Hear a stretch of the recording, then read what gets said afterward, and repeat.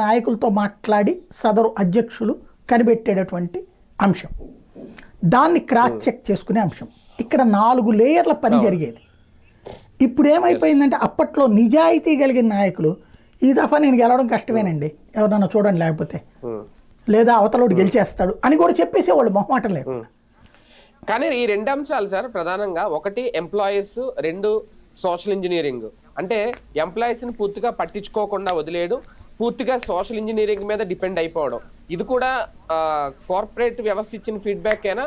అది తీసుకునే wrong step వేశారనుకో. అది జగన్ చేసిన తప్పే తప్పించి వాళ్ళ ఫీడ్బ్యాక్ అనుకోను నేను. ఎందుకంటే ఎంప్లాయీస్కి సంబంధించి జగన్ చేసిన తప్పు ఏంటంటే వాళ్ళకి 27% మధ్యంతర భృతి ఇచ్చాడు ఫస్ట్. చంద్రబాబు టైంలో 42% వచ్చింది ఏది డైరెక్ట్, ఏది పిఆర్సి.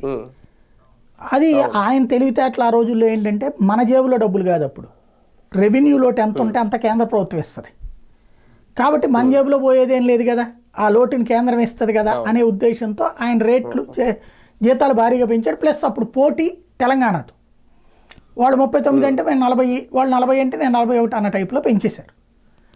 తద్వారా భారీగా పెరిగిపోయినాయి. ఇది భారం అన్నటువంటి లెక్క చంద్రబాబుకి చివరిలో అర్థమయ్యినాయి కదా. దాని ఇంపాక్ట్ పెన్షన్ ఇవ్వలేకపోయింది, రుణమాఫీలు, సంపూర్ణ రుణమాఫీ